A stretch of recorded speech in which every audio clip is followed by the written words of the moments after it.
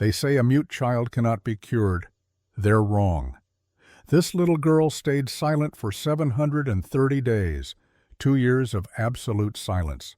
No cries, no laughter, no words. Until a trauma surgeon walked into the emergency room at 2:15 in the morning on October 14th. The first word the child spoke? Mommy.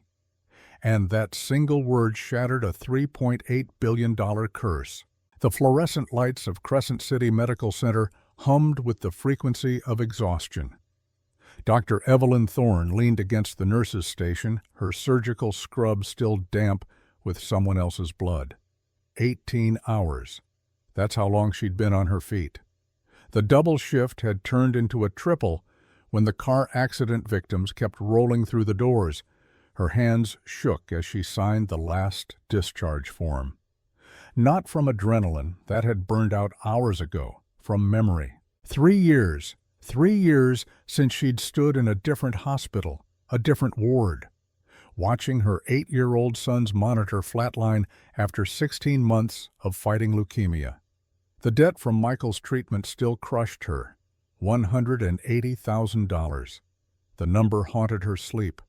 The collection notices came weekly, stamped in red like wounds that wouldn't close. Evelyn was 42 years old. She'd served 8 years as an Army combat surgeon, Iraq War. She'd held dying soldiers and told them everything would be okay. She'd performed amputations in the back of transport vehicles. She'd saved hundreds of lives, but she couldn't save her own son.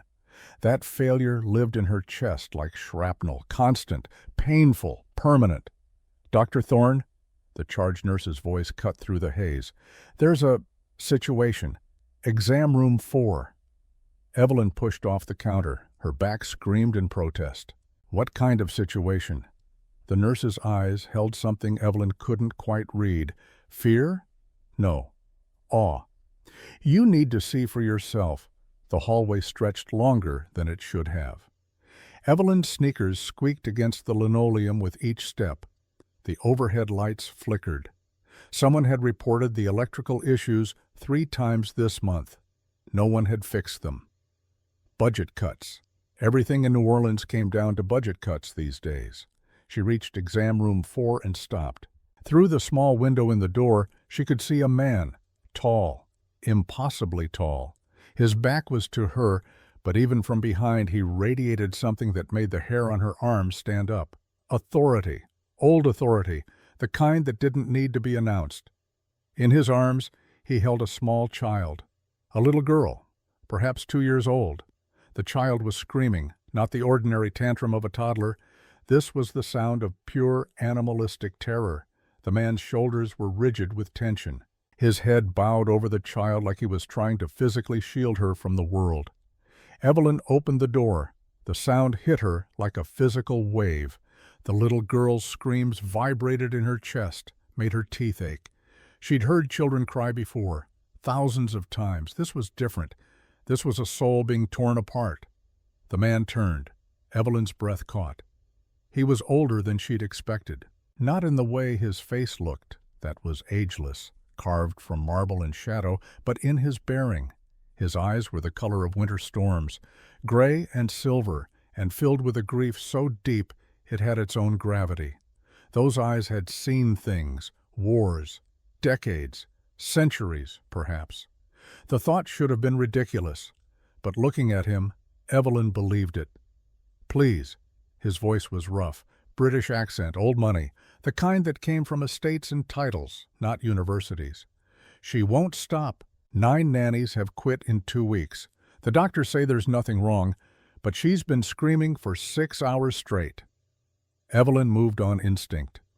Years of trauma surgery had taught her to act first, analyze later. She stepped closer. The little girl had blonde hair, tangled and damp with sweat. Her face was red and blotchy from crying. Her eyes, Evelyn froze. The child's eyes were the exact color of storm clouds, identical to the man's. But there was something else in them, something that made Evelyn's medical training suddenly feel inadequate. Intelligence, ancient intelligence in a 2-year-old's face. May I? Evelyn extended her hands. The man hesitated. His arms tightened around the child protectively. "I'm a trauma surgeon," Evelyn said quietly. "I've spent 8 years in war zones. Iraq, Afghanistan. I've held dying children and told them everything would be okay. I know how to be gentle." Something flickered in the man's eyes. Recognition? Trust? He slowly extended the child toward her. The little girl's screams reached a crescendo. Her small hands clawed at the air. Her body arched backward, fighting the transfer. Evelyn's fingers touched the child's arm. Silence. Absolute, immediate, total silence. The little girl went completely still. Her eyes locked onto Evelyn's face. Her mouth opened, closed, opened again, and then she spoke. One word, clear as a bell. "Mommy?" The exam room became a vacuum. Evelyn's ears rang in the sudden absence of sound. Her heart hammered against her ribs.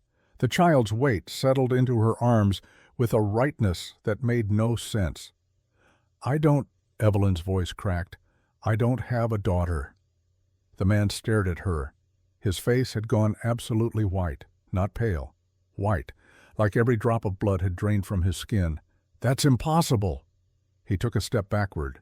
His shoulder hit the wall. "She's never spoken, not once, not when she was born, not when she fell, not when she was hungry or sick or afraid. 2 years of absolute silence, and she speaks to you?" The child, the little girl, wrapped her small arms around Evelyn's neck. Her blonde hair smelled like lavender and something else, something Evelyn couldn't identify. Old books, ancient parchment. "Mommy home." The child's voice was raspy, unused, like a gate that hadn't opened in decades. "Celeste remembers, Mommy forgot." Evelyn's legs went weak.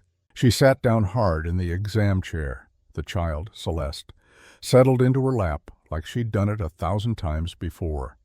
"What's her name?" Evelyn heard herself ask. The man had to clear his throat twice before he could answer. "Celeste." He pushed off the wall, moved closer. "Celeste Ravencrest. I'm her father, Lord Alistair Ravencrest." Lord. Of course he was. Evelyn looked down at the child in her arms. Celeste had stopped crying entirely. Her breathing had evened out. Her eyes were half closed in contentment. "I don't understand," Evelyn whispered. Alistair Ravencrest ran a hand through his dark hair. The motion was jerky, uncontrolled. This was a man who was used to control, used to having answers, used to power. Right now, he had none of those things. "Neither do I." He met Evelyn's eyes. "My wife, Catherine, died 2 years ago, the day Celeste was born. Her heart just stopped. No warning, no medical explanation. She was healthy one moment and gone the next." Pain cracked through his voice like lightning through granite. "Celeste hasn't spoken since. The specialist said she might be mute from trauma, the trauma of losing her mother during birth. But she just called you?" He couldn't finish the sentence. Celeste shifted in Evelyn's arms. Her small hand reached up and touched Evelyn's cheek. The gesture was so familiar, so achingly familiar, like she'd done it before. "This doesn't make sense," Evelyn said. "I've never been pregnant. I've never had a daughter. I lost my son 3 years ago to leukemia, but I've never—" Mommy forgot. Celeste's voice was stronger now, more insistent.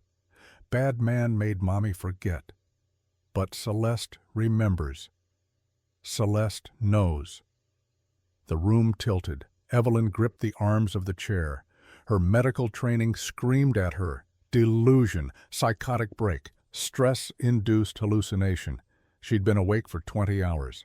The human brain couldn't function properly past 16, but the child in her arms felt real, felt right, felt like coming home. "I need to run some tests," Evelyn heard herself say. "Standard blood work, just to rule out any medical issues." Alistair nodded slowly. His eyes never left his daughter's face. "Of course," he paused. "But I'd like to make you an offer, Dr. Thorne." Evelyn's professional instincts kicked in.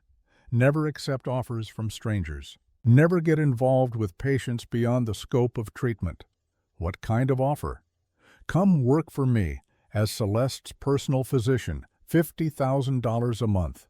Minimum 3-month contract." I'll pay off whatever debts you have. No questions asked. No strings attached. $50,000 times 3 months. $150,000. Almost enough to clear her debt. Almost enough to stop the collection calls. Almost enough to let her breathe again. Why? The question came out sharper than she intended. Alistair looked at his daughter. The expression on his face was one Evelyn recognized. She'd seen it in the mirror every day after Michael died. Desperation. Absolute, soul-crushing desperation. Because in 180 years, Alistair said quietly, I have never seen my daughter peaceful. Until now. Until you. 180 years. Evelyn's brain stuttered. The man looked 40 at most, 45. Distinguished silver at his temples, strong jawline, no wrinkles except the faint lines around his eyes that spoke of experience earned through time. Did you say 180? I did. Alistair's gaze met hers, and in those eyes, Evelyn saw the truth. This was not a human man. This was something older, something that had walked through decades like other people walked through rooms. I can't, Evelyn started to say. Celeste's hand tightened on her shoulder. Mommy, stay. The child's voice cracked. Please, Celeste's scared without Mommy. And just like that, Evelyn's resistance crumbled, because she'd heard that tone before, in Michael's voice, in the hospital room during his last days. Please, Mom, don't leave me. 2 months, Evelyn heard herself say. Trial period 2 months. And you pay off my medical debt up front, $180,000. Alistair pulled out his phone, tapped the screen 3 times, showed it to her. A banking transfer, $180,000, to Crescent City Medical Center's billing department, in her name, already processed. Done. Alistair pocketed the phone. When can you start? Evelyn looked down at Celeste. The child had fallen asleep in her arms. Her breathing was soft and even. Her small hand still clutched Evelyn's scrub top.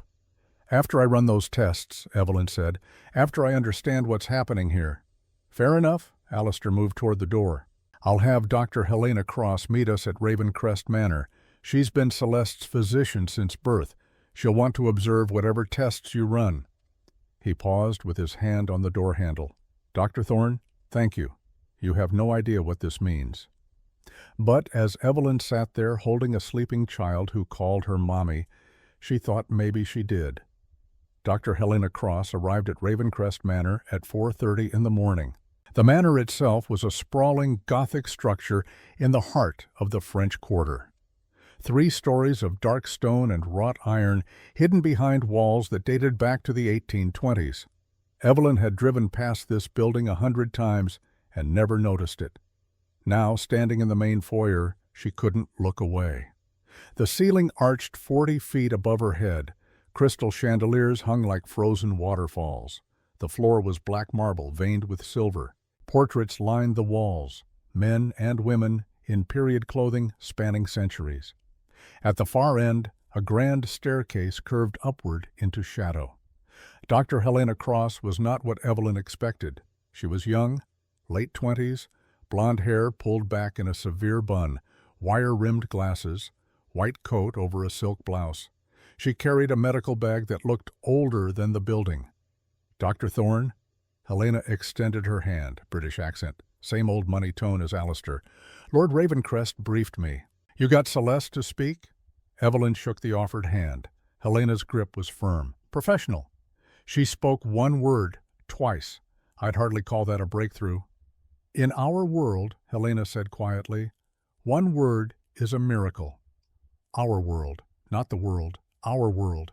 Evelyn filed that away. They moved to a medical suite on the 2nd floor. The room was state-of-the-art, equipment that Evelyn had only seen in the best research hospitals, scanners that weren't even commercially available yet. Celeste sat on the examination table, still in Evelyn's arms.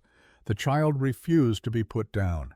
Every time Evelyn tried, Celeste would whimper and cling tighter. I need to draw blood, Evelyn explained gently.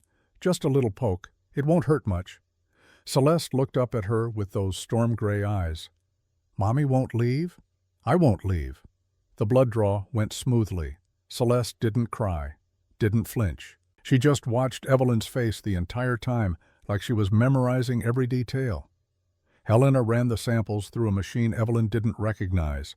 The readout appeared on a holographic display. Evelyn's breath stopped. That's not possible. Helena leaned closer to the display. Her face had gone pale. It's a 99.2% match, Helena whispered. Celeste's DNA and yours. Parent-child relationship. Definitive. The room spun. Evelyn gripped the table. I've never been pregnant. I would know if I'd been pregnant. Helena tapped the display, brought up a secondary screen. But your DNA has been modified. Look here, and here. She pointed to sections of the genetic code. These markers have been artificially altered, changed. Someone rewrote your biological code. That's science fiction. In your world, perhaps. Helena removed her glasses, cleaned them on her coat. In ours, it's Tuesday. Evelyn looked at Celeste. The child had fallen asleep again, her head resting against Evelyn's shoulder. Who are you people? Alistair's voice came from the doorway. Evelyn hadn't heard him enter. We're what humans call vampires, Dr. Thorne, though that word doesn't quite capture the reality. We're older than your civilizations. We built empires while your ancestors were learning to make fire. And my daughter, his voice caught, my daughter is crying out for her mother, a mother who shouldn't exist, a mother whose DNA matches, but whose memories don't. He moved into the light. Catherine, my wife, had green eyes, blonde hair. She was 5'6", left-handed. Had a scar on her right shoulder from a riding accident in 1923. Evelyn's hand moved unconsciously to her right shoulder, where a scar sat in the exact place Alistair described, a scar she didn't remember getting. I don't remember this scar, Evelyn whispered. Alistair crossed the room, stopped 3 feet away, close enough to see her eyes, far enough to not crowd her. May I? He gestured to her face. Evelyn nodded. His hand came up, touched her chin, tilted her face toward the light. His skin was cool, not cold, just slightly below human temperature. Wrong eye color, he murmured. Catherine's were emerald, yours are brown. But the bone structure, the curve of your jaw, the way you tilt your head when you're thinking. He dropped his hand. You're her, somehow, impossibly. You're Catherine. My name is Evelyn Thorne. I was born in Baton Rouge, joined the Army at 22, served 8 years as a combat medic. I have memories, a life, a history. Do you? Alistair's voice was gentle. Or do you have a story you've been told, gaps you've filled in, photographs you can't quite place? Evelyn opened her mouth to argue, closed it, because he was right. There were gaps, holes in her memory that she'd never questioned.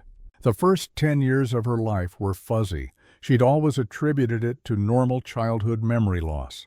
But now, I need to see Catherine's portrait, Evelyn said. You have one? Somewhere in this house? Alistair nodded slowly. The library. Come. The library was on the 3rd floor, 2 stories of books, leather-bound volumes in languages Evelyn couldn't read, a fireplace big enough to stand in, Persian rugs that probably cost more than her annual salary. And above the fireplace, a portrait. Evelyn stopped breathing. The woman in the painting wore a blue evening gown, 1920 style, beaded, elegant. Her blonde hair was styled in finger waves. Her lips were red. Her expression was serene, but her eyes, those eyes looked directly at Evelyn. And Evelyn knew those eyes, not from memory, from mirrors. The bone structure was identical, the shape of the nose, the curve of the lips. The only difference was the eye color and the hair. Catherine's was lighter, more golden. That's me, Evelyn whispered. That's my face. Celeste stirred in her arms. The child had woken up. She pointed at the portrait. Mommy, see? Told you. Evelyn's legs gave out. She sat down hard on the leather couch. Celeste settled into her lap, like she belonged there. Alistair stood by the fireplace. His hand rested on the mantel. His knuckles were white. Catherine died on October 14th. 2 years ago, 2:15 in the morning, Evelyn's blood went cold. What? 2:15 a.m., October 14th. The exact time you walked into exam room 4 tonight. The exact anniversary of her death. The room tilted again. That's a coincidence. In 180 years, Alistair said quietly, I've learned there's no such thing as coincidence. Not in our world. Not when power is involved. He turned to face her. Someone took my wife, changed her, hid her, made her forget everything she was, and I need to know why. Helena had followed them to the library. She stood in the doorway, her medical bag clutched against her chest. The modification to Dr. Thorne's DNA is extensive, Helena said. It would require massive amounts of power, old magic, the kind that hasn't been used in centuries, and it would require a purpose. What purpose? Evelyn demanded. Helena looked at Celeste. To weaken her. Celeste is telepathic. She hears every mind within a mile radius. It's torture for her. Constant noise, constant pain. The only time it stops is when she's near someone with what we call a silent mind, someone whose thoughts don't broadcast. She paused. Catherine had a silent mind. 1 in 10 million humans carry the gene. When Catherine died, or when everyone thought she died, Celeste lost her only anchor. She's been drowning in noise for 2 years. Evelyn looked down at the sleeping child in her arms.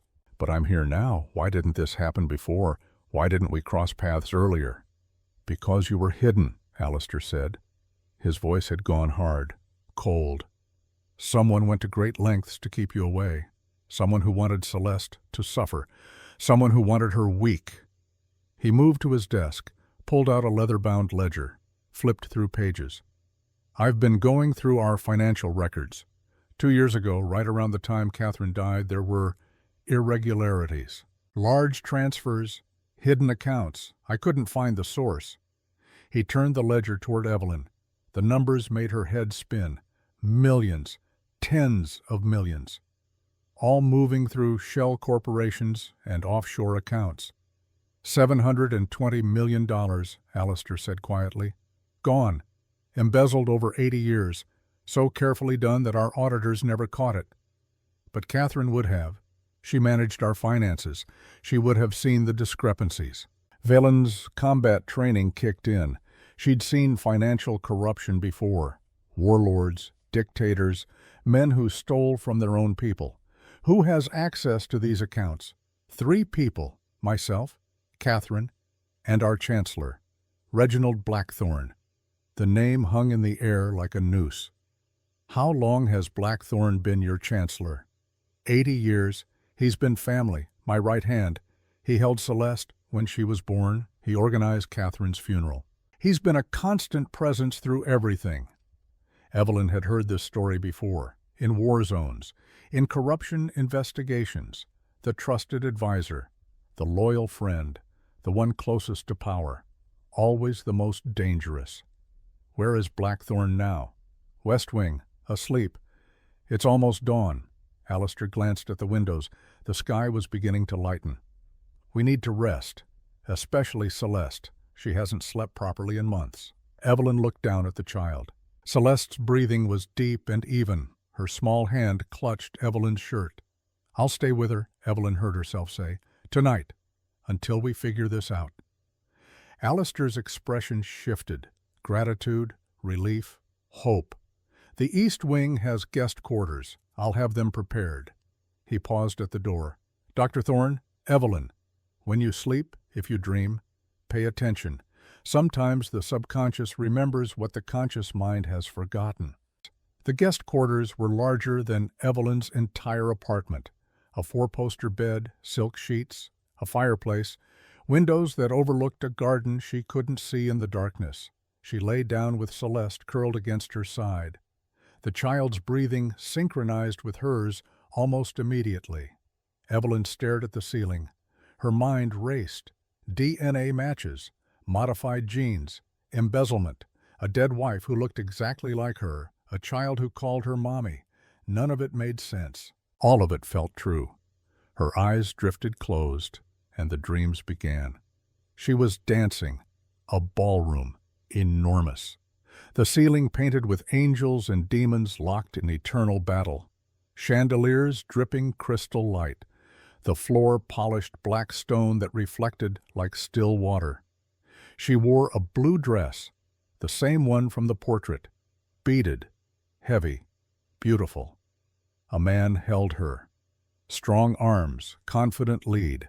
She knew the steps without thinking.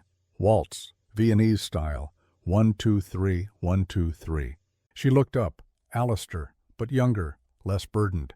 His expression held warmth instead of grief. "You're beautiful tonight, Catherine." His voice was warm, real, not the hollow tone of dreams. "You say that every night, Alistair." Her own voice, but different, lighter, happier. "Because it's true every night." They spun across the floor. Other couples moved around them, men in tuxedos, women in gowns, everyone beautiful, everyone ageless. The music swelled.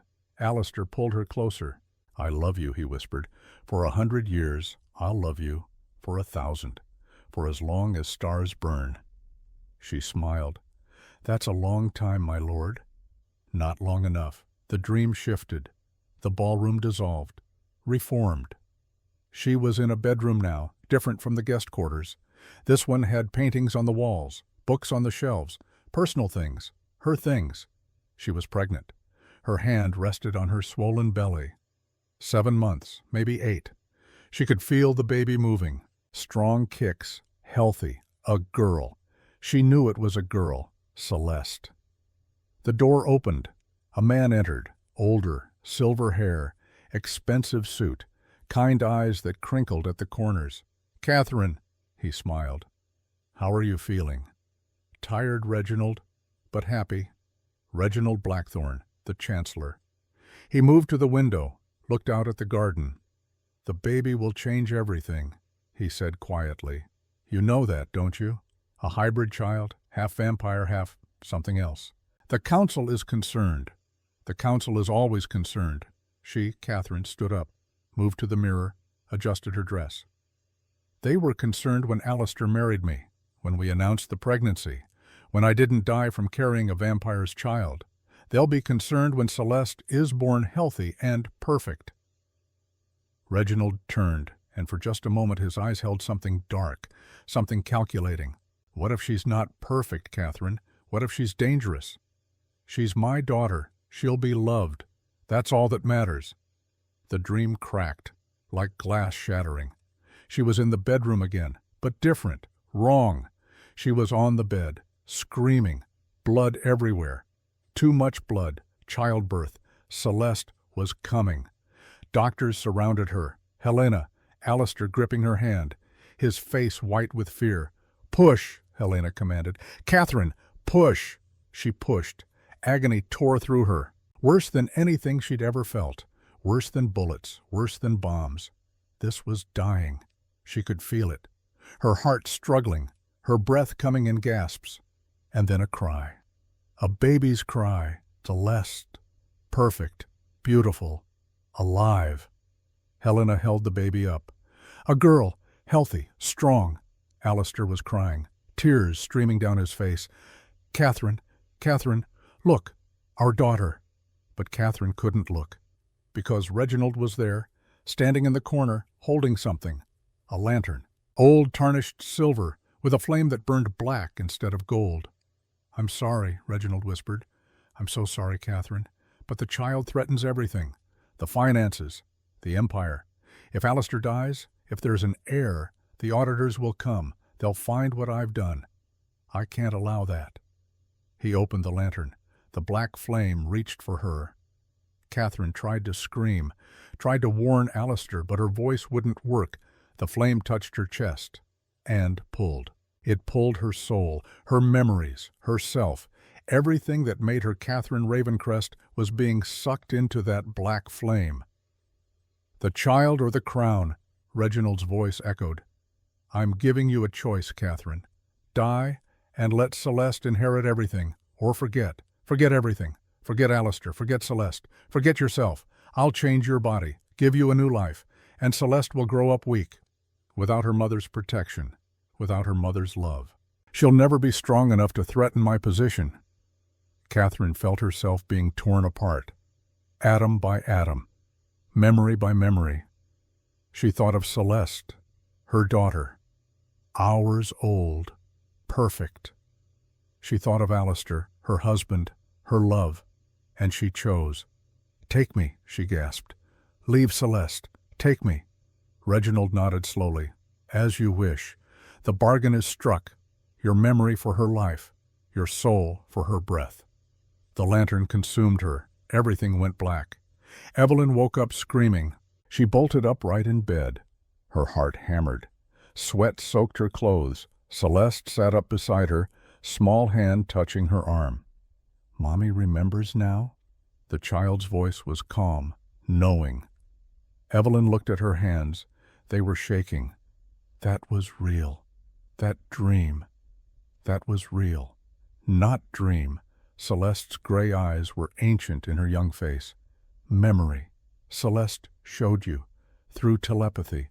Celeste remembers what Mommy forgot. The door burst open. Alistair stood in the doorway. He'd clearly just woken. His hair was disheveled. He wore only sleep pants, his chest bare. On his left shoulder a tattoo, a name, an elegant script. Catherine. "I heard screaming," he said. "Are you—" He stopped. Because Evelyn was staring at him with recognition, with memory, with something that shouldn't exist but did. "Alistair," she whispered, and the name tasted like coming home. It was Reginald. He took me. He changed me. He made me forget. Alistair went absolutely still. "What?" "I remember. Not everything, but enough. The lantern, the choice. He gave me a choice, and I chose to save Celeste." Tears streamed down her face. "I chose to save our daughter." The word hung in the air. Our. Alistair crossed the room in 3 strides, dropped to his knees beside the bed, took her hands in his. "Catherine?" "I don't know." Evelyn's voice cracked. "I'm Evelyn. I have Evelyn's memories, Evelyn's life. But I remember you. I remember dancing. I remember loving you. I remember dying to save her." She looked at Celeste. "I remember choosing her." Alistair's composure shattered. 180 years of control broke. He pressed his forehead to her hands. "I burned your body," he whispered.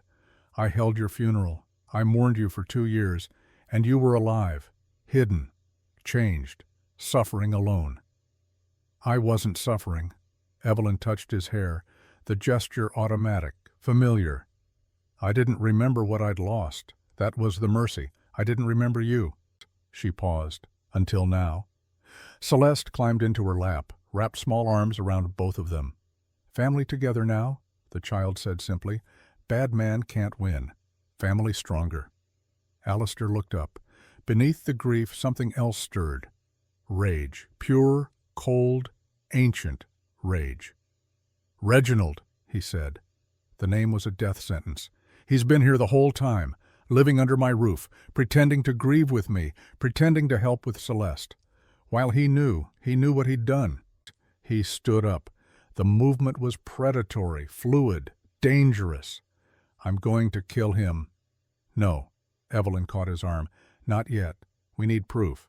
We need to understand why. If he's embezzled $700 million, he has contingencies, protections. Kill him now, and we might never recover the money, never prove what he did." Alistair stared at her. "You sound like Catherine. She always thought 3 steps ahead." "Maybe I am Catherine." Evelyn stood up. Celeste clung to her. Maybe Evelyn Thorne was just a mask, a story Reginald created. Maybe underneath, I've always been her. She met his eyes. "Help me remember. Help me find the rest. And then we take him down. Together." Alistair's hand came up, cupped her face. His thumb brushed her cheek. 2 years, he whispered. "I've been alone for 2 years, and you were out there, working night shifts, drowning in debt, living half a life. Not alone." Evelyn covered his hand with hers. "I had Michael, my son. He kept me going until he didn't." Pain flashed across Alistair's face. "I'm sorry, I didn't know. I should have been there." "You didn't know I existed." Evelyn smiled. "Sad?" broken.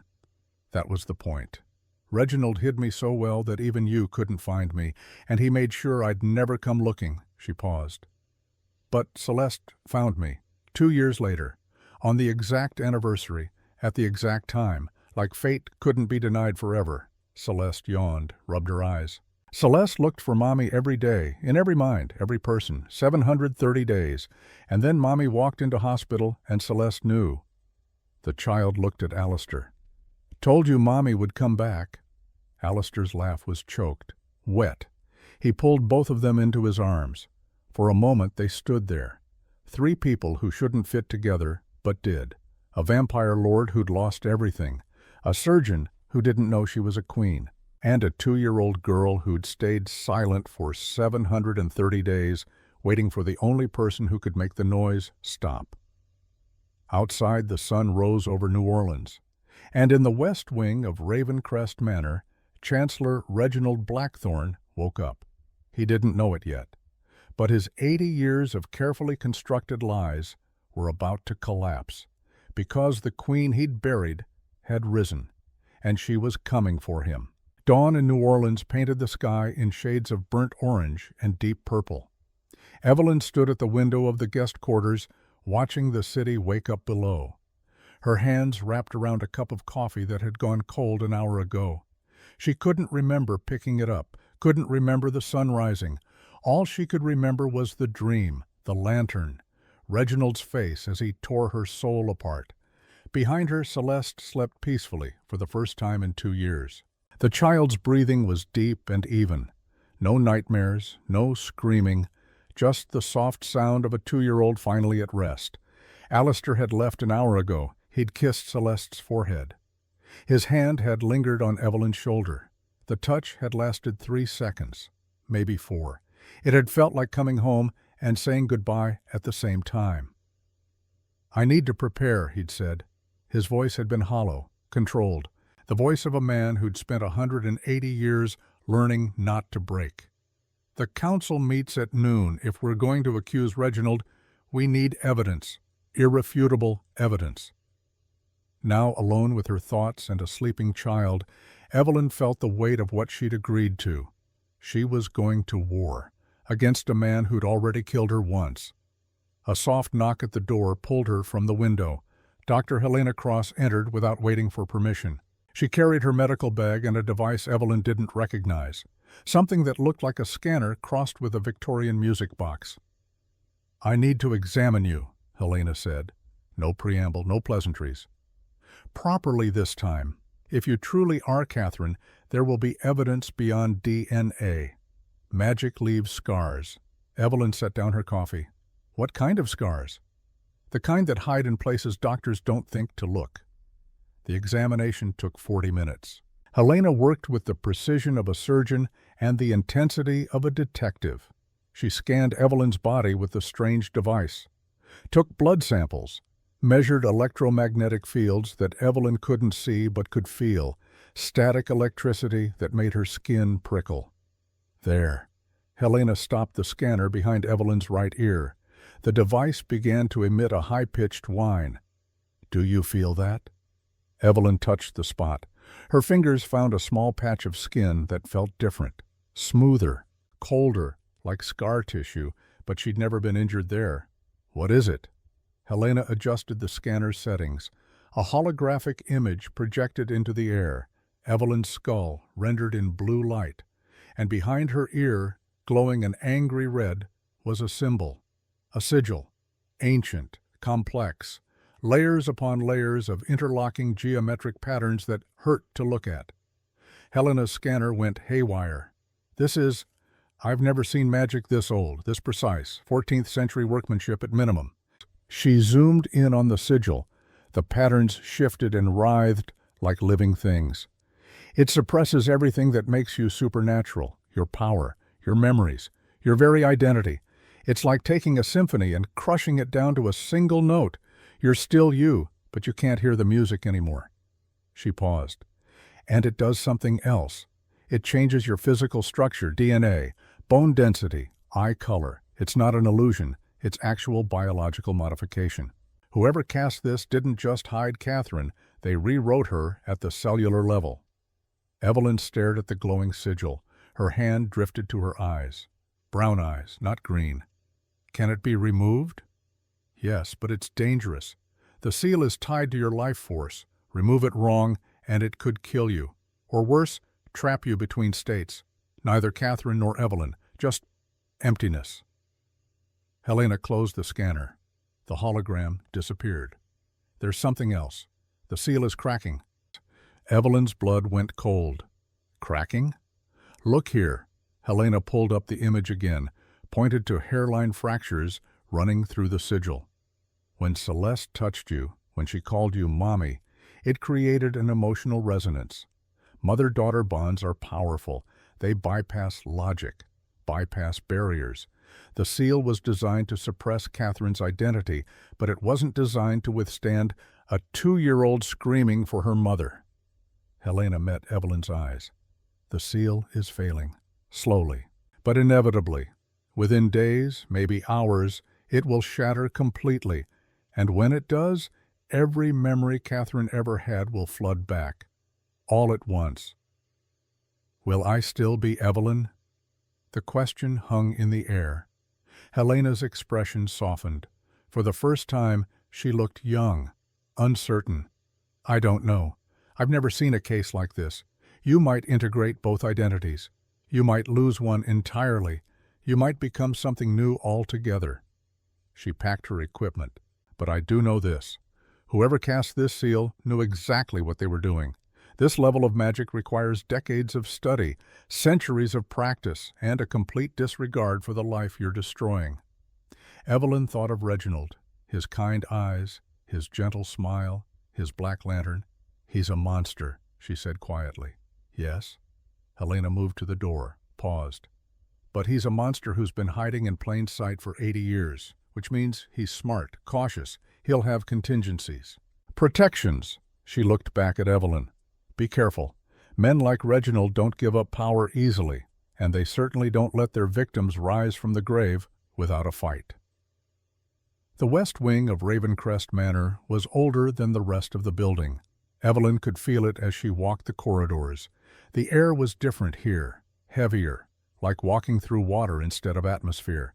She'd left Celeste with a trusted guard. The separation had been painful. The child had cried. Evelyn's chest had ached.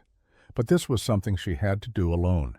She needed to see him, needed to look Reginald Blackthorne in the eyes and not flinch. His chambers were at the end of the hall, double doors, dark wood, silver handles shaped like ravens. Evelyn knocked. Enter.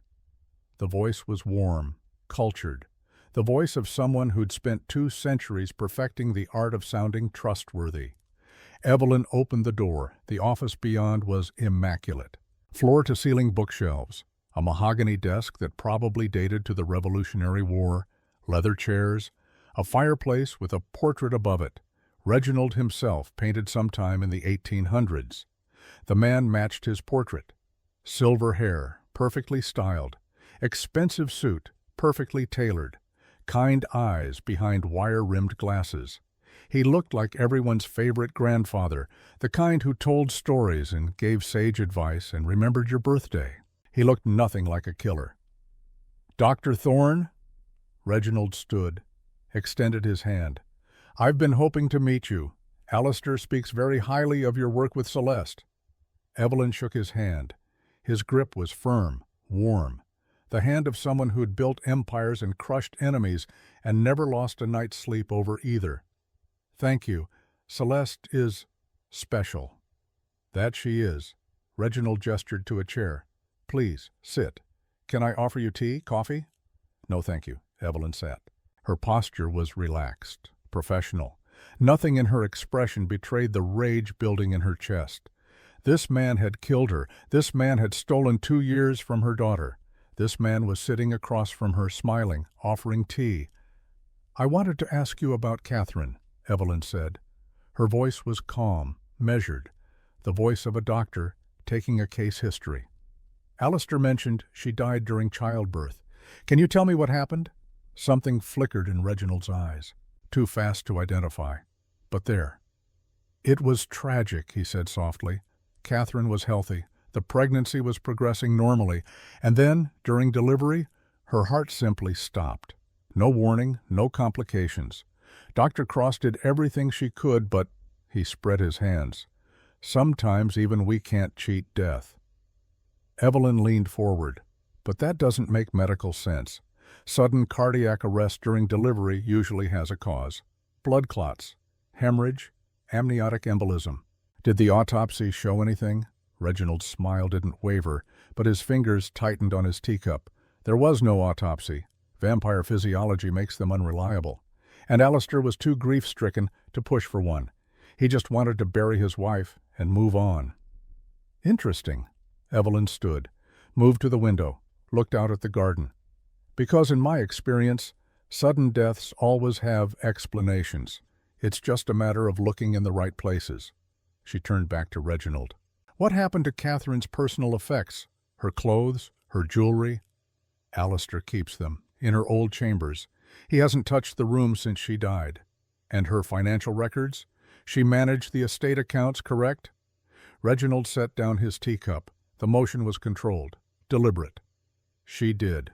Those records are in the main office, available for review by anyone with proper authorization. I'd like to see them, of course. Though I'm curious, why the sudden interest in Catherine's finances?" Evelyn met his eyes, held his gaze. "Because Celeste asked about her mother, and I believe children deserve to know the truth." Silence. Reginald stood slowly, smoothed his jacket. The smile had faded. What remained was something colder, more calculating. "Dr. Thorne, you've been part of this household for less than 24 hours. I've been Alistair's chancellor for 8 decades. I was at his wedding. I held his daughter when she was born. I organized his wife's funeral." He stepped closer. "You're a talented physician, but you're also an outsider. I'd suggest you focus on medicine and leave the family history to those who lived it." Evelyn didn't back down, didn't blink. "Is that a threat, Chancellor?" "No." Reginald's smile returned, cold as winter. "It's advice. From someone who's watched countless people mistake their place in this world. It rarely ends well." He moved to the door, opened it. "Now, if you'll excuse me, I have council preparations to oversee. I'm sure you can find your way out." Evelyn walked past him, paused in the doorway. "One more question. Where were you when Catherine died?" "Alistair said you were the first one to the room after the doctors." Reginald's expression didn't change, but his knuckles went white on the door handle. "I was in my office, doing paperwork. I heard the commotion and came immediately." "Paperwork. At 2:15 in the morning. I keep unusual hours, Dr. Thorne. Comes with being 220 years old." Evelyn nodded slowly. "Thank you for your time, Chancellor." She walked away, counted her steps, controlled her breathing. Only when she was 3 corridors away did she allow herself to shake. That man had looked her in the eyes, had smiled, had offered tea, and he'd killed her, torn her soul apart and scattered the pieces like ashes. The seal behind her ear began to burn. Alistair found her in Catherine's old chambers an hour later. The room had been preserved exactly as Catherine left it. Dresses in the closet, books on the nightstand, a hairbrush on the vanity, still holding strands of blonde hair. Evelyn stood in front of the mirror, staring at her reflection. Brown eyes stared back, but for just a moment she could have sworn they flickered green. "The seal is breaking faster," she said without turning. "I can feel it, like pressure building behind my eyes." Alistair's footsteps crossed the carpet. He stopped beside her. Their reflections stood side by side. "Are you frightened?" "Terrified." Evelyn's voice cracked. "What if I'm not strong enough? What if Catherine comes back and Evelyn disappears? I have memories, a life, my son. I don't want to lose that." Alistair's hand found hers, laced their fingers together. "You won't lose anything. You'll just remember more." He pulled something from his pocket, a photograph, old, sepia-toned, the edges worn from handling. The image showed 2 people, a man and a woman. The man was Alistair, younger, wearing a military uniform. World War I era. The woman beside him wore a nurse's outfit, red cross on her sleeve. Her face was Catherine's face, but her eyes held Evelyn's expression. "This was taken in 1916, Alistair said quietly, 3 months after the Battle of the Somme. I was injured. Shrapnel to the leg. Catherine was working at a field hospital in France. She saved my life." He traced the woman's face with his thumb. She wasn't supposed to be there. Vampire women didn't volunteer for war duty. Too dangerous. Too beneath their status. But Catherine never cared what she was supposed to do. She cared what was right.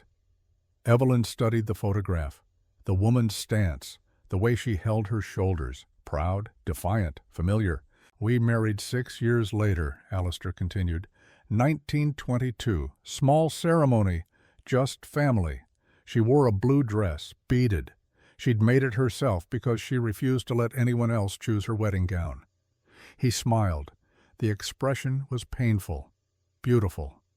She was the most stubborn woman I'd ever met, and I loved her for it. Evelyn touched the photograph. The moment her skin made contact with the image, the world tilted. She was standing in a garden. Not Ravencrest Manor's garden, somewhere else, somewhere older. The sky was overcast. England. She could tell from the architecture, from the smell of rain and coal smoke. She wore a wedding dress, blue, beaded, heavy. Alistair stood across from her, younger, nervous.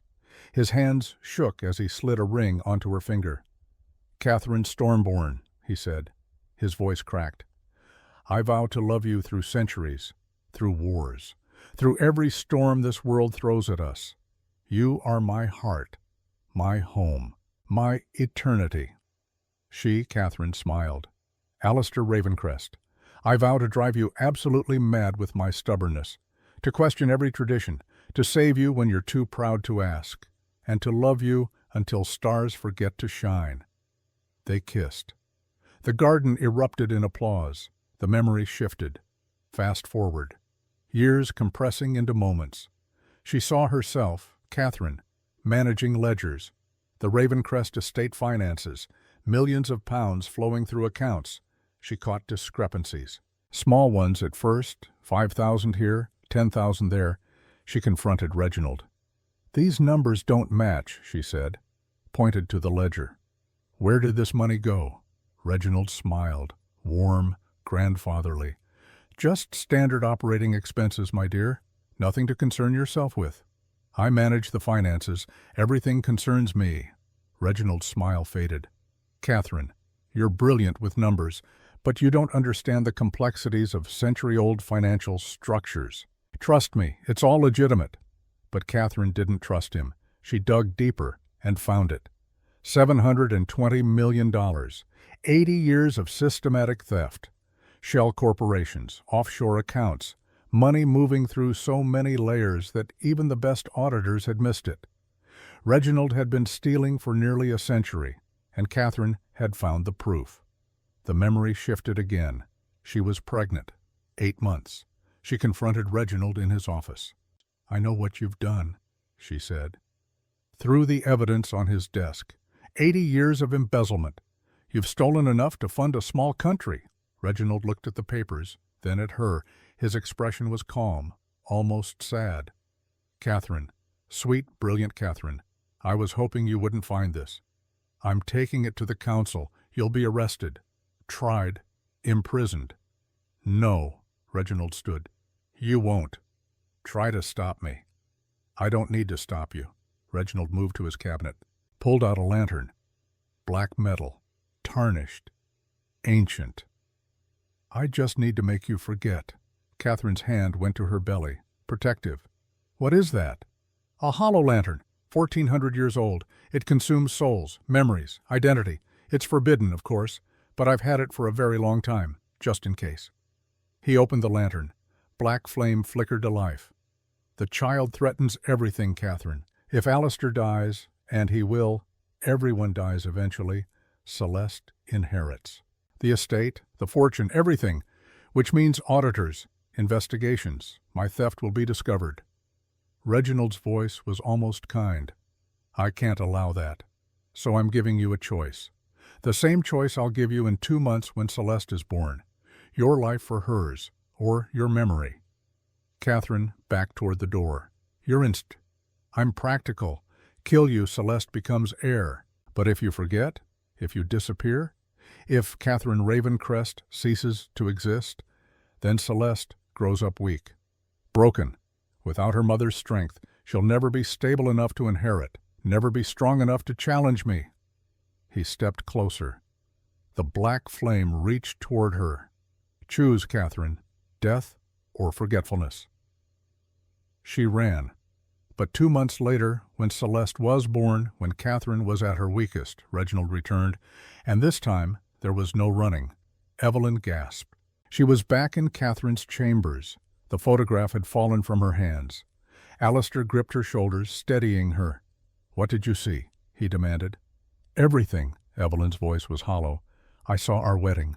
I saw me, Catherine, finding the embezzlement. I saw Reginald threatening her. Threatening me?" She looked up at Alistair. "He gave me a choice, and I chose to forget, to save Celeste, because if I died, she'd inherit immediately. But if I disappeared, if I forgot who I was, Celeste would grow up without me, weak, unstable, never strong enough to claim the inheritance." Alistair's face had gone white. "He planned it, all of it, for 80 years. "Yes." Evelyn's hands shook. "The seal behind my ear, it's his work. He used the hollow lantern to tear Catherine apart. Then he used dark magic to rebuild me as Evelyn Thorne. Different DNA, different memories, different life." She touched her face. "I'm not Catherine anymore, but I'm not fully Evelyn either. I'm something in between, a ghost haunting 2 lives." Alistair pulled her into his arms, held her tight. "We'll fix this. We'll break the seal properly. Bring you back. There's more." Evelyn's voice was muffled against his chest. "Reginald has a failsafe, a kill switch. If his heart stops, if he dies, 300 vampires die with him. It's a blood curse. He cast it decades ago. Insurance." Alistair went rigid. "How do you know this?" Catherine knew. She discovered it while investigating his finances. It's how he's protected himself all these years. No one can kill him without committing mass murder. Alistair pulled back. "Then we don't kill him. We trap him, contain him. How?" Evelyn's surgical training kicked in. Her mind raced through options, solutions, angles. "We induce a coma, medical coma. He's not dead, so the curse doesn't trigger. But he's not conscious either. Can't fight back. Can't activate any other contingencies." She met Alistair's eyes. "I've done it before, in combat hospitals, with patients too wounded to survive surgery while conscious. It's delicate, dangerous, but I know how." Alistair cupped her face. His thumbs brushed away tears she hadn't realized were falling. "You're brilliant, both of you. Evelyn and Catherine. Brilliant and brave." And a scream shattered the air, not from the hallway, from Evelyn's own throat. She collapsed. The seal behind her ear didn't just crack. It shattered. Fragments of magic exploded outward. The mirror cracked, windows shook, and Catherine Ravencrest came flooding back. The pain was indescribable. Every memory, every moment, every second of 102 years compressed into the space of a heartbeat. Evelyn, Catherine, whoever she was, convulsed on the floor. Alistair held her, shouted for Helena, but in the next room something worse was happening. Celeste screamed.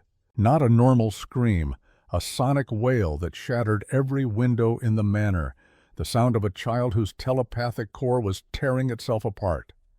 Alistair looked between them. Catherine writhing, Celeste screaming. He ran for his daughter, found her on the floor, her body convulsing, her eyes flickering between gold, white, and black. Vampire darkness and celestial light warring inside her tiny frame.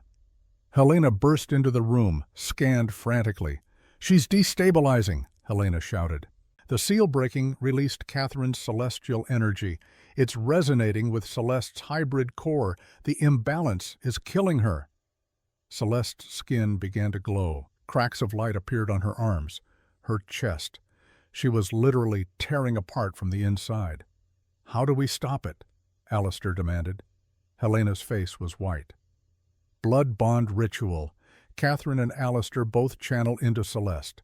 Vampire and Celestial together balance the cores. How? Cut your palms. Let blood drip into this. Helena produced a silver chalice, ancient, covered in runes.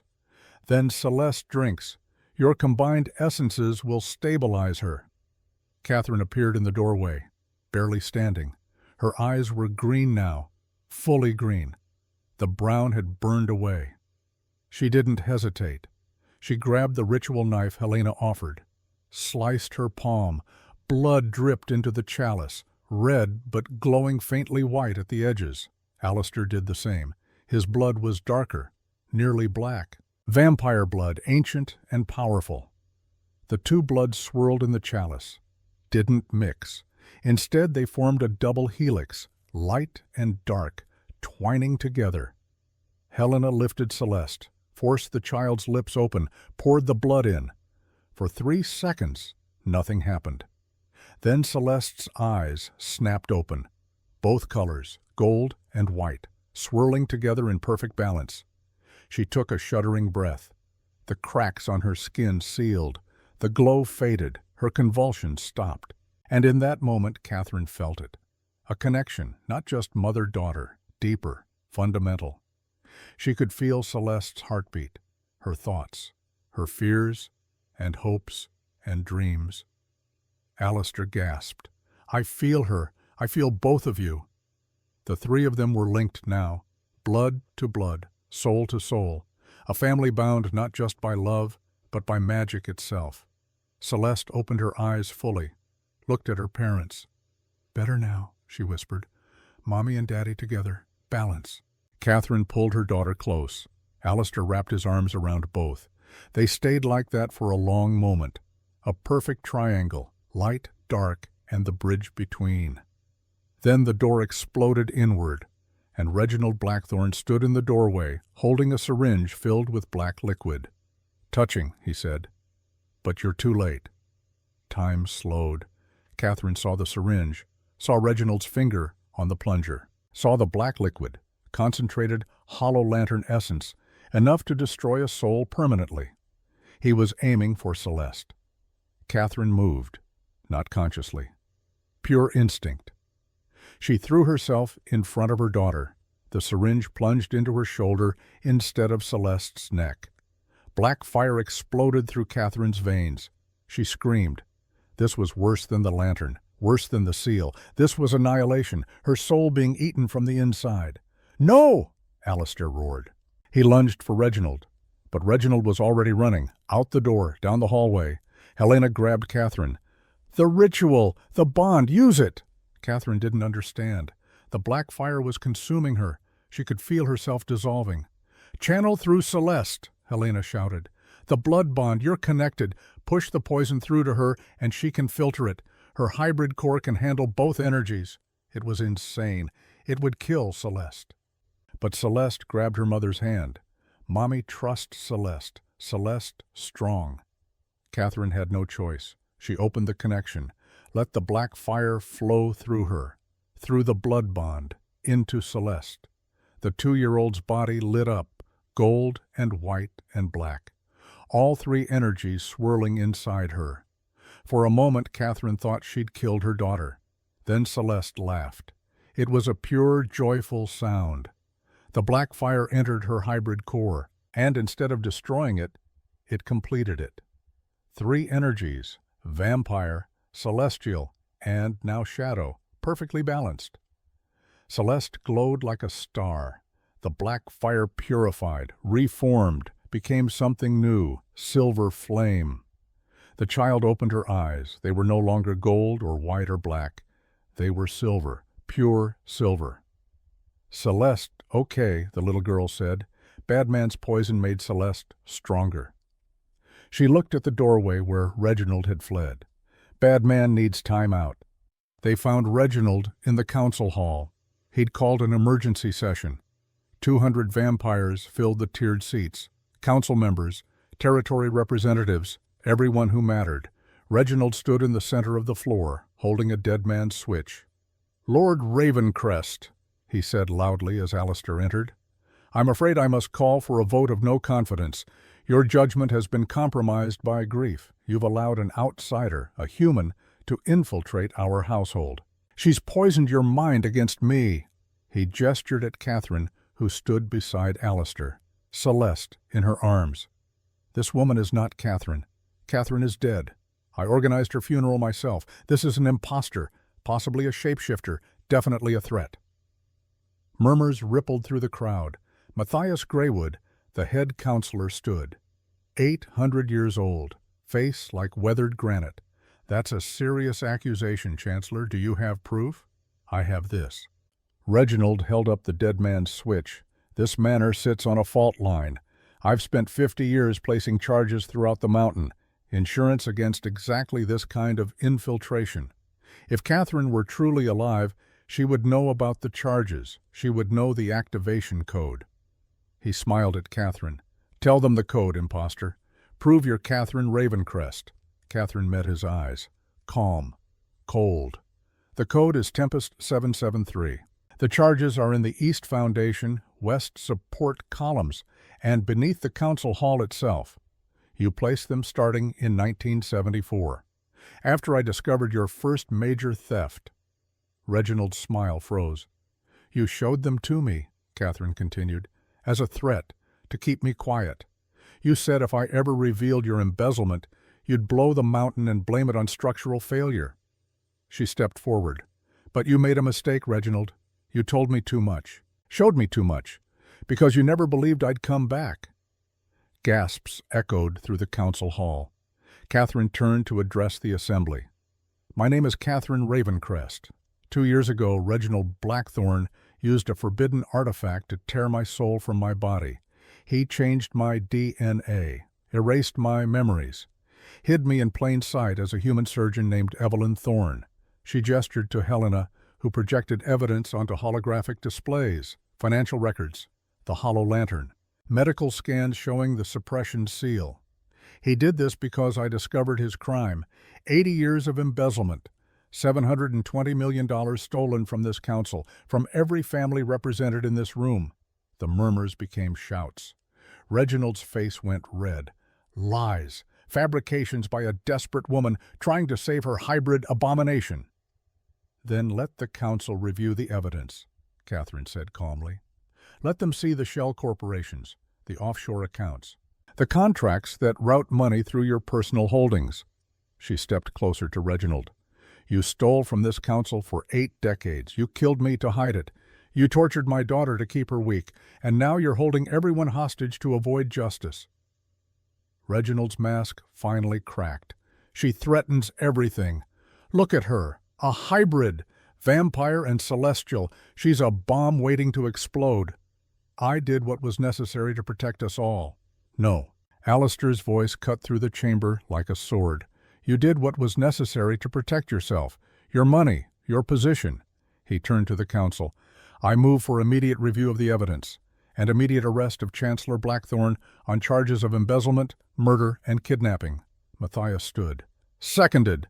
Chancellor, relinquish the dead man's switch." Reginald's eyes went wild. "You want to know my real insurance?"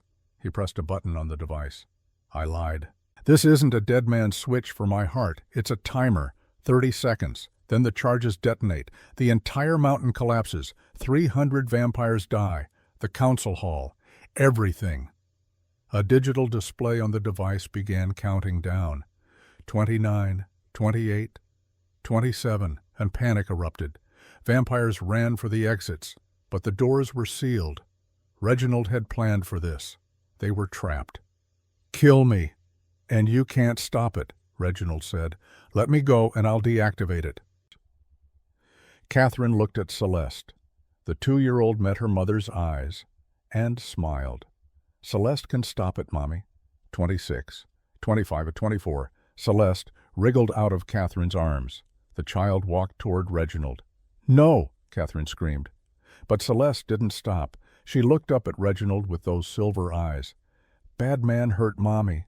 Bad man hurt Celeste. Bad man needs time out." Reginald laughed.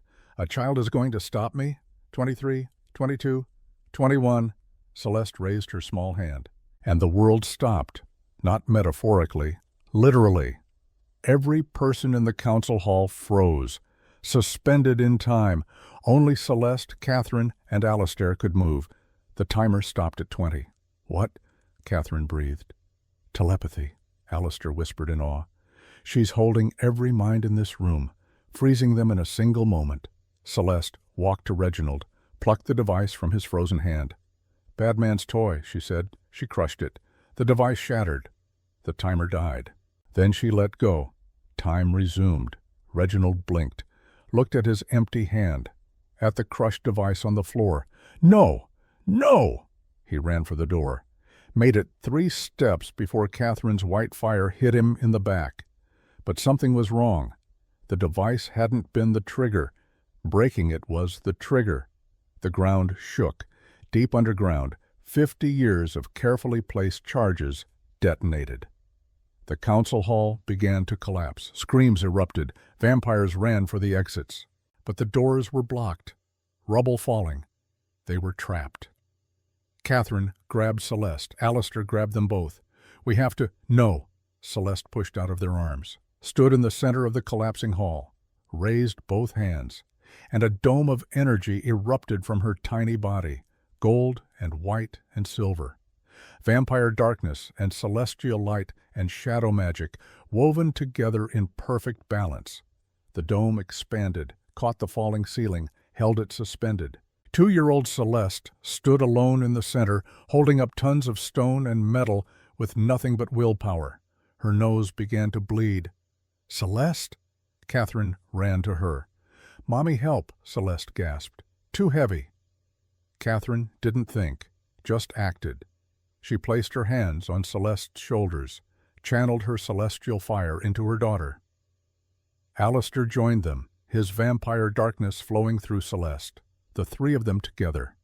A circuit. Light and dark and shadow. The bridge between. The dome strengthened, grew brighter.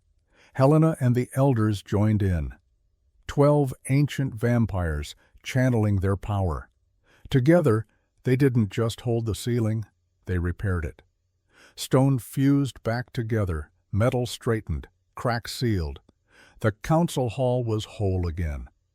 Celeste collapsed into Catherine's arms, exhausted but smiling. "Did it, Mommy. Saved everyone." Catherine held her daughter, tears streaming down her face. "Yes, baby. You saved everyone." She looked at Reginald. The old vampire was on his knees, staring in horror at what Celeste had done. "This is what you feared," Catherine said quietly. "A child with this much power, but you were wrong to fear it." She knelt beside him. "Because power isn't dangerous. It's what you do with it. Celeste used her power to save, to protect, to heal." She touched his forehead. "You used yours to destroy, and that's why you lose." White fire flared, gentle, precise, surgical. Catherine's medical training and celestial power combining, and Reginald Blackthorne fell into the medical coma he would never wake from. Matthias Greywood stood, looked at the assembled council, at the repaired ceiling, at the child who'd saved them all. "The evidence will be reviewed," he said. His voice echoed in the silent chamber. "Assets frozen, charges filed. Chancellor Blackthorne is hereby stripped of all titles and privileges." He looked at Catherine. "Lady Ravencrest, welcome back from the dead. The council owes you a debt." Catherine stood, Celeste in her arms, Alistair beside her. "The council owes me justice," she said. $720 million, returned to every family he stole from, every victim made whole." "Agreed," Matthias nodded. "And one more thing," he gestured to Alistair. "Lord Ravencrest, you've ruled the Western Territories for 180 years, alone. I move that Catherine Ravencrest be recognized as co-ruler, equal authority, equal responsibility." Alistair didn't hesitate. He knelt, right there, in front of the entire council. The position of absolute submission in vampire culture. A lord never knelt, never showed weakness, never admitted fault. But Alistair did. "You're right," he said. "For 80 years I trusted a man who smiled and lied. I failed to protect my wife, failed to protect my daughter. I was blind." He raised his head, looked at Catherine. "But I learned. Catherine earned my trust. Not through bloodlines, not through tradition, through action, through sacrifice, through choosing to forget everything to save our daughter." He stood, took Catherine's hand. "She's stronger than me, smarter than me, better than me in every way that matters. She deserves power, and I'm giving it to her." Matthias looked at the other counselors, saw nods. "Very well." The council recognizes Catherine Ravencrest as co-ruler of the Western Territories, all rights and responsibilities shared equally. He smiled, thin, approving. "Congratulations, Lady Ravencrest. Try not to die again." 1 year later. The garden of Ravencrest Manor bloomed with flowers that shouldn't exist in October. White roses, black orchids, celestial lilies that glowed faintly in the twilight. Catherine had planted them herself, working the soil with her own hands, despite Alistair's protests that a queen shouldn't garden. She'd looked at him with those green eyes, fully green now, no trace of brown remaining, and said, "A queen does whatever the hell she wants." He'd helped her plant the next row. Now, as sunset painted the New Orleans sky in shades of amber and crimson, Catherine stood at the garden's edge and watched her daughter play.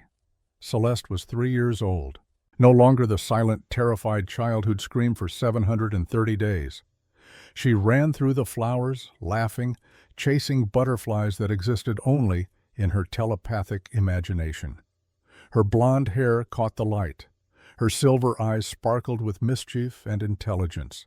She was talking, constantly, making up for 2 years of silence with an endless stream of questions and observations and demands for stories. "Mommy, Mommy, look!" Celeste held up a caterpillar. "His name is Frederick, and he wants to be a butterfly, but he's scared of heights." Catherine knelt down, examined the caterpillar with the same seriousness she'd once used to assess battlefield injuries. "Tell Frederick that being scared is normal, but being brave doesn't mean not being scared. It means being scared and doing it anyway." Celeste nodded solemnly, whispered something to the caterpillar, placed it gently on a leaf. "He says thank you. And he wants to know if you were scared when you came back from being dead." Catherine's breath caught. Even now, even a year later, the memories still had sharp edges. "Yes, baby, I was terrified. But you came back anyway. Because of you. Because you needed me." Celeste threw her arms around Catherine's neck, squeezed tight. "Love you, Mommy." Catherine closed her eyes, breathed in the scent of her daughter's hair, lavender and sunshine, and that indefinable something that was pure Celeste. She didn't say, "I love you too," not because she didn't feel it, but because those words had been said too many times already, had become routine. Instead, she said, "You're my whole world," and Celeste understood. Footsteps on the garden path made them both look up. Alistair approached. He'd changed in the past year. The grief that had carved trenches in his face had softened. Not disappeared. One didn't lose a wife and find her again without scars, but gentled. He smiled more now, laughed, lived. "The council is here," he said. "They're ready when you are." Catherine stood, brushed dirt from her hands. She wore simple clothes today, jeans, a white blouse. No jewelry except the silver wedding band she'd reclaimed from Ravencrest's vault. The same ring Alistair had placed on her finger in 1922. "Give me 5 minutes." Alistair nodded, started to turn away, paused. "Catherine, thank you for coming back, for fighting, for being stronger than death itself." She touched his cheek. The gesture was casual, familiar. The kind of touch that came from 100 years of marriage, not 1 year of reconstruction. "I didn't fight death, Alistair. I fought for life. There's a difference." The council chamber looked different in daylight. Less imposing, more like what it truly was, a courtroom, a place where justice was supposed to happen. The past year had been brutal. Investigations, audits, Interviews with every vampire who'd done business with Reginald Blackthorne over the past 80 years. The evidence was damning. $720 million embezzled, not just from Ravencrest Holdings, but from a dozen other vampire estates. Families who'd trusted Reginald, who'd believed his kind smile and grandfatherly advice. He'd stolen from all of them. The head counselor, Matthias Greywood, 800 years old, face like weathered granite, sat at the center of the high table. 12 other counselors flanked him, representing every major vampire territory in North America. Catherine entered the chamber with Alistair at her side. Celeste walked between them, holding both their hands. The child's presence had been controversial. Several counselors had argued that a 3-year-old had no place in legal proceedings. Catherine had shut them down with a single sentence: "This child is why we're here. She deserves to see justice done." No one had argued after that. The chamber was packed. 200 vampires, witnesses, victims of Reginald's theft, curious onlookers who wanted to see the queen who'd risen from the dead. At the far end of the room, in a glass cage reinforced with silver and celestial wards, Reginald Blackthorne slept. His chest rose and fell with mechanical precision. Tubes fed him nutrients. Monitors tracked his vitals. He'd been in the medical coma for 367 days. Catherine had kept him alive. Because dead men couldn't face justice. Because victims deserved to see their tormentor contained. Because some crimes didn't deserve the mercy of death. Matthias Greywood's voice echoed through the chamber. "This council is convened to render final judgment in the matter of Reginald Blackthorne. Charges: embezzlement, murder, attempted murder, kidnapping, and conspiracy to commit genocide." He looked at Catherine. "Lady Ravencrest, you've had 1 year to prepare your testimony. The council is ready to hear it." Catherine released Celeste's hand, gave her daughter to Alistair, walked to the center of the chamber, alone. The silence was absolute. She didn't speak immediately. Let the quiet build. Let the anticipation grow. When she finally did speak, her voice was calm, measured. The voice of a combat surgeon delivering a diagnosis. 82 years ago, Reginald Blackthorne began stealing from this council, small amounts at first, 5,000 here, 10,000 there, amounts small enough to hide in rounding errors and administrative fees. She pulled out a tablet, projected holographic financial records into the air above the chamber floor. Over 8 decades, those small amounts became $720 million. Routed through shell corporations in 17 countries, laundered through legitimate businesses, hidden so carefully that even the best auditors missed it. The holograms shifted, showed account numbers, transaction histories, names. But I didn't miss it, because I wasn't just looking at the numbers, I was looking at the pattern, the psychology. And what I found was a man who believed he was entitled to wealth that wasn't his. She turned to face Reginald's sleeping form. When I discovered the theft, I confronted him. I gave him a chance to confess, to make restitution, to face justice with dignity. Catherine's voice hardened. He chose murder instead. The hologram changed, showed medical records, autopsy reports that had never been filed, evidence Helena Cross had painstakingly reconstructed. On October 14th, 2 years ago, Reginald Blackthorne used a forbidden artifact called a hollow lantern to tear my soul from my body. He didn't kill me outright. That would have made my daughter the immediate heir, would have triggered audits, would have exposed his theft. She touched her temple, where the suppression seal had been. Instead, he unmade me, rewrote my DNA, changed my memories, turned Catherine Ravencrest into Evelyn Thorne, a stranger, a nobody, a woman with no connection to this world. Murmurs rippled through the chamber. Catherine didn't pause. He left my daughter motherless, left her drowning in telepathic noise for 2 years, left her screaming and broken because a broken child couldn't inherit, couldn't threaten his position. She looked at the council. And when I came back, when Celeste's love was strong enough to break his seal, he tried to kill me again, tried to have my daughter declared a threat, tried to eliminate the only witnesses to his crimes. Catherine's eyes blazed. Reginald Blackthorne is a thief, a murderer, and a coward. And I want him to spend the next 1,000 years knowing exactly what he lost." Matthias Greywood leaned forward. "You could have killed him. No one would have questioned it. Self-defense, protection of family, why keep him alive?" Catherine smiled. It was not a kind expression. "Because death is easy. Death is escape. I want him to live, to be conscious but contained, to watch through glass as my daughter grows up happy and healthy, and everything he tried to destroy." She paused. "I want him to suffer the way I suffered, the way Celeste suffered, for decades, for centuries, until he understands the magnitude of what he stole." Silence. Then Matthias nodded slowly. "The Council has reviewed the evidence. All 12 territories concur. Reginald Blackthorne is found guilty on all charges." He stood. "Sentence, permanent containment. Assets forfeited. $720 million to be returned to victims.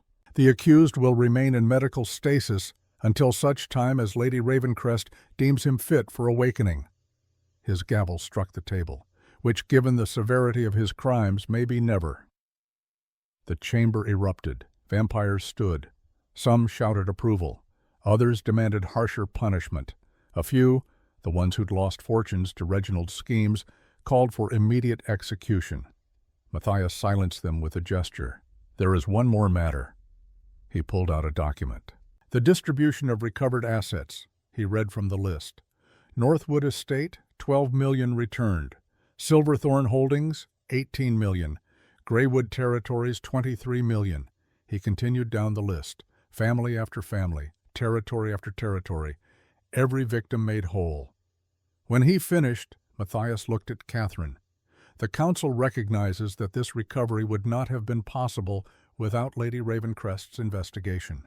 Therefore, as per traditional finder's rights, she is entitled to 10% of recovered funds." Catherine's jaw dropped. 10% of $720 million was $72 million. "I don't want it," she said. Silence. "I don't want Reginald's money," Catherine repeated. "Give my share to the medical center. Fund free health care for the next 100 years." Matthias stared, then slowly smiled. "As you wish, Lady Ravencrest. Your portion will be allocated to the Ravencrest Medical Center Endowment. Health care for all species. No cost. No discrimination." He paused. "You've set a new standard, one that I hope others will follow." The council adjourned. But as vampires filed out, many stopped to speak with Catherine, to thank her, to apologize for not believing her at first. One by one they acknowledged what she'd done, survived death, exposed corruption, saved them all. The celebration lasted 3 days. Vampires poured into Ravencrest Manor from across the continent, bringing gifts, offering alliances, seeking audiences with the queen who'd defeated death. Catherine hated every minute of it. She'd never liked crowds, not as Catherine in the 1920s, not as Evelyn in the 2020s. She was a woman of action, not politics, of medicine, not ceremony. But she endured, because this was what ruling meant, shaking hands, making speeches, smiling until her face hurt. On the 3rd night, she escaped. Found herself in the medical wing of the manor, standing in front of the glass cage that held Reginald. He looked peaceful. That was the worst part. He'd caused so much suffering, stolen so much, destroyed so many lives, and he slept like a baby. "I should hate you," Catherine said to the sleeping man. "I should want you dead, want you tortured, want you to suffer the way Celeste suffered." She pressed her hand against the glass. "But I don't. Because hating you would mean you still have power over me, and you don't. Not anymore." Footsteps behind her. She didn't turn, didn't need to. She knew those footsteps. Alistair stopped beside her, looked at Reginald.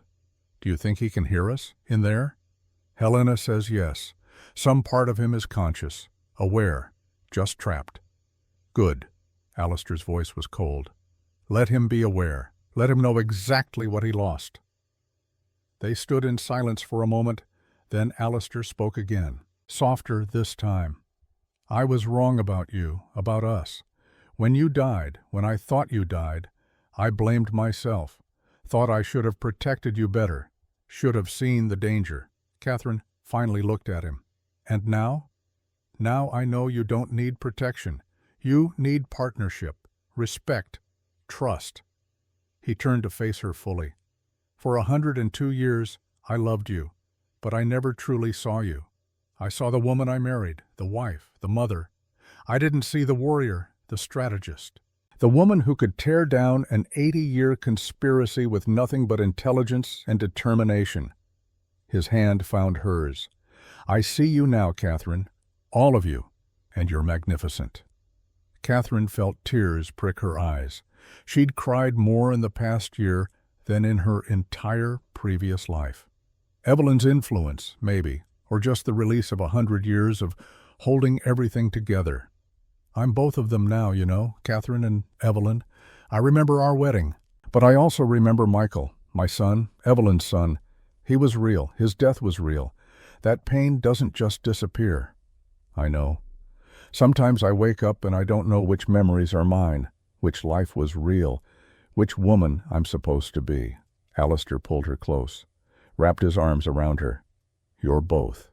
You're Catherine, who built an empire and saved our daughter. And you're Evelyn, who survived loss and kept fighting.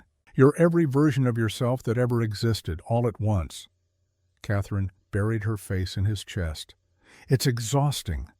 I know. I miss the simplicity of being just a surgeon, just doing my job, saving lives. Then save lives. Alistair's voice rumbled through his chest. The medical wing needs a director. Helena is brilliant but overworked. Take the position, run the hospital, train new doctors. Catherine pulled back, looked up at him. I'm co-ruler of a vampire territory. I can't just... Why not? Who says a queen can't also be a doctor? Who says power has to be one-dimensional? He smiled. You've never followed rules before? Why start now? Catherine laughed. It was wet, broken, beautiful. You're absolutely right, she kissed him. Not the passionate kiss of new lovers, the comfortable kiss of old partners, people who'd been through hell and come out the other side still standing. When they broke apart, Celeste was standing in the doorway. The child had her stuffed dragon under one arm. Her hair was tangled from sleep. She wore pajamas covered in stars. Mommy? Daddy? Bad dream. Catherine immediately crossed the room, scooped her daughter up. What kind of bad dream, baby? Dreamed you went away again. Dreamed I couldn't find you. Catherine's heart broke. Oh, sweetheart, I'm not going anywhere. Ever. I promise. You promised before, and then the bad man took you. The words were a knife, because Celeste was right. Catherine had made promises before. Promises she couldn't keep because she hadn't known what was coming. You're right, Catherine said seriously. I can't promise nothing bad will ever happen. I can't promise there won't be danger or scary things. The world is unpredictable. She sat down, held Celeste in her lap. But I can promise that I will always fight to come back to you. Always, no matter what. Even if it takes years, even if I have to claw my way back from death itself. I will always find my way home. Celeste considered this. Like Frederick the caterpillar? Catherine blinked. What? Frederick was scared. But he was brave anyway. You said being brave means being scared and doing it anyway. Yes, exactly like that. Okay, Celeste yawned, snuggled into Catherine's chest. Then I'm not scared, because you're the bravest mommy ever. Alistair knelt beside them, wrapped his arms around both. We both are, he said quietly. Both of us. Brave enough to be scared and do it anyway. For a long moment they stayed like that, a family, whole, imperfect, but together. Then Celeste spoke, her voice muffled against Catherine's shoulder. Daddy? Yes, sweetheart? Can we have pancakes for breakfast? Alistair laughed. Catherine joined him. The sound echoed through the medical wing, chasing away shadows. Yes, Alistair said, we can have pancakes, and bacon, and whatever else you want. With chocolate chips? With chocolate chips. They carried Celeste back to the family wing, put her to bed, stayed until she fell asleep, her small hand gripping Catherine's finger. Only then did they return to their own chambers. The room had changed in the past year. Catherine had insisted she couldn't sleep in the exact same space where she died, where Reginald had used the hollow lantern. So they'd renovated, new furniture, new colors, new memories. A lister sat on the edge of the bed, ran a hand through his hair. "Do you ever wonder what would have happened if Celeste hadn't found you? If you'd stayed Evelyn Thorne forever?" Catherine stood at the window, looked out at the garden. "Every day." And? "And I think I would have been fine. Not happy, not whole, but functional. I would have kept working, kept saving lives, kept moving forward." She turned to face him. "But Celeste wouldn't have been fine. She needed me. Not just any mother. Me, Catherine.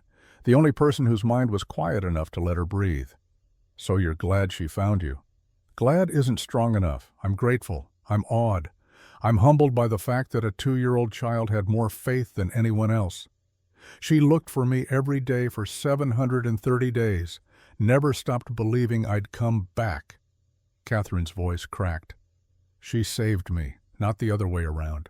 Alistair stood, crossed the room, took her hands. "You saved each other. That's what family does." 6 months later. The Ravencrest Medical Center opened its doors to the public. Not just vampires, everyone. Humans, werewolves, witches, anyone who needed medical care and couldn't afford the extortionate prices of supernatural health care. Catherine ran it personally. She worked 60-hour weeks, performed surgeries, trained residents, wrote research papers on hybrid physiology and cross-species medicine. She was exhausted. She was happy. In the evenings, she came home to Ravencrest Manor, to Alistair, who'd learned to cook and insisted on making dinner 3 nights a week, to Celeste, who started preschool and came home with paintings and questions and an endless supply of imaginary friends. Life wasn't perfect. There were still nightmares, still moments when Catherine woke up screaming, caught between identities, still days when Celeste got overwhelmed by telepathic noise and needed to be held for hours. But they were together, and that made all the difference. 2 years after Catherine's return, in a secure facility beneath Ravencrest Manor, Reginald Blackthorne remained in his glass cage, still asleep, still aware, still suffering. The $720 million had been returned within 18 months, not just to Ravencrest Holdings, but to every victim, every family Reginald had stolen from over 80 years. Catherine had personally overseen the distribution, met with each family, apologized on behalf of the council that had failed to protect them. Some forgave, some didn't. All received justice. The council had enacted new laws, mandatory audits every decade. No single vampire could control finances without oversight, transparency over tradition. Reginald Blackthorne's legacy wasn't his stolen millions. It was the reform he'd forced, the accountability he'd made necessary. Every month a different victim visited the glass cage, told him how their lives had improved, how the returned money had saved them, healed them, given them futures Reginald had tried to steal. He would hear every word, for centuries, because some crimes didn't deserve the mercy of death. They deserved the justice of living with what you've done, forever. Catherine visited him once a month, stood outside the cage, told him everything he was missing. "Celeste started kindergarten today," she said to the sleeping man. "She's reading at a 3rd-grade level, learning 4 languages, making friends across species lines." She paused. "The medical center treated its 10,000th patient last week. We've saved more lives in 2 years than most hospitals save in decades." Another pause. "Alistair and I renewed our vows, not because we needed to, because we wanted to, because after everything, we chose each other again." She pressed her hand to the glass. "You tried to take all of this from me, from us. You tried to unmake a family because you were afraid of what we could become." Catherine's voice hardened. "But we became it anyway, despite you, because of you. We're stronger now than we ever were, more united, more powerful." She turned to leave, stopped. "I'll keep you alive for centuries, Reginald. I'll make sure you see every triumph, every victory, every moment of joy you tried to steal." She smiled. "Not because I hate you, but because you need to understand. You can't destroy love. You can't break family. You can only make them stronger." She walked away. Behind her, monitors beeped, tracking a heartbeat. A life preserved in stasis. Reginald Blackthorne would wake someday, decades from now, maybe centuries. And when he did, he would face a world that had moved on without him, a world where his victims had become heroes, where his lies had been exposed, where his crimes had been paid for in time and suffering. Justice, not quick, not merciful, but absolute. 5 years after Catherine's return, the Ravencrest family portrait hung in the main hall of the manor. 3 people, Alistair in a formal suit, Catherine in her medical coat, stethoscope around her neck, Celeste between them, 7 years old, holding a book in one hand and her stuffed dragon in the other. Below the portrait, a plaque. In memory of all who were lost, in honor of all who were found, in celebration of all who chose to fight. Visitors to Ravencrest Manor always stopped at the portrait, asked about the woman who'd died and come back, the child who'd stayed silent for 2 years, the lord who'd learned to kneel. The staff told the story with pride. Because it wasn't just the Ravencrest family story, it was a lesson about sacrifice, about trust, about the difference between power given and power earned, about how sometimes the people society calls broken are the ones strong enough to heal what's been shattered. Catherine stood in her office at the medical center. Midnight. The building was quiet. Her shift had ended hours ago, but she'd stayed to finish paperwork. Her phone buzzed. A text from Alistair. "Celeste wants to know if you're coming home for dinner or if we should save you a plate." Catherine smiled, typed back, "Save me a plate. Be home in 30 minutes." She gathered her things, turned off the lights, locked the door. The drive home was familiar now, comfortable. New Orleans at night, with its jazz clubs and street performers and ancient magic thrumming beneath the modern city. She pulled into Ravencrest Manor's driveway, saw lights on in the kitchen, heard laughter through the windows. Her family. Not the one she'd been born into, not even the one she'd married into 100 years ago. The one she'd built. From sacrifice and suffering and choosing to come back when it would have been easier to stay gone. She walked through the door. "Mommy?" Celeste barreled into her. Catherine caught her daughter, lifted her up. "Hey, baby, did you finish your homework?" "Yes, and I helped Daddy make dinner. We made pasta, with the sauce you like." Alistair appeared in the doorway, apron on, flower in his hair, looking absolutely ridiculous and completely perfect. "Welcome home." Catherine set Celeste down, walked to her husband, kissed him. "It's good to be home." They ate dinner together, talked about their days. Celeste told a long, rambling story about a telepathic conversation she'd had with a butterfly. Alistair described a council meeting that had gone surprisingly well. Peace between territories, new trade agreements, progress.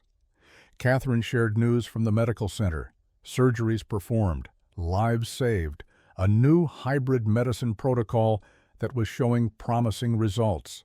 Normal things, domestic things, the kind of conversations that happened in millions of homes across the world every night. And yet, not normal at all, because this was a family that had died and been reborn, that had been torn apart by lies and brought together by a 2-year-old's faith and a mother's love and a father's willingness to learn. After dinner, they put Celeste to bed, read her 3 stories, sang her 2 songs, tucked her in with her dragon and her blanket. "Good night, Mommy. Good night, Daddy. Good night, sweetheart." Catherine and Alistair stood in the doorway, watched their daughter's breathing even out, watched her slip into sleep. "Sometimes I still can't believe this is real," Catherine whispered. "What part?" "All of it. That I'm here, that we're here, that we survived." Alistair took her hand, led her out of the room, closed the door softly. "We didn't just survive, Catherine. We won, against odds, against magic, against a man who had 8 decades to perfect his lies." They walked to their own chambers, the room that had been remade, rebuilt, reclaimed. "I used to think," Alistair said, "that the worst thing that could happen was losing you, that your death was the end of everything good." He pulled Catherine close. "But I was wrong. Your death wasn't the end. It was a test, and we passed, all three of us. You, me, Celeste. We found each other again. We built something stronger than what we had before." Catherine rested her head on his chest, listened to his heartbeat. Slow, steady, eternal. "Reginald wanted to destroy us," she said. "He wanted to tear us apart, make us weak. He failed. Completely." They stood there, two people who'd lived more than a century each, who'd seen wars and peace and everything in between, who'd lost each other and found each other and learned that love wasn't something that could be killed, only transformed. Outside, New Orleans slept, the city of vampires and magic and second chances. Inside Ravencrest Manor, a family rested, whole, imperfect, but together. And in a vault deep beneath the building, a silver wedding ring sat in a display case. Next to it, a medical diploma. Dr. Evelyn Thorne, combat surgeon, trauma specialist. 2 lives, 2 identities, 2 women who were really one. Catherine had been many things. A vampire queen, a combat medic, a wife, a mother, a victim, a survivor. Now she was something else, complete.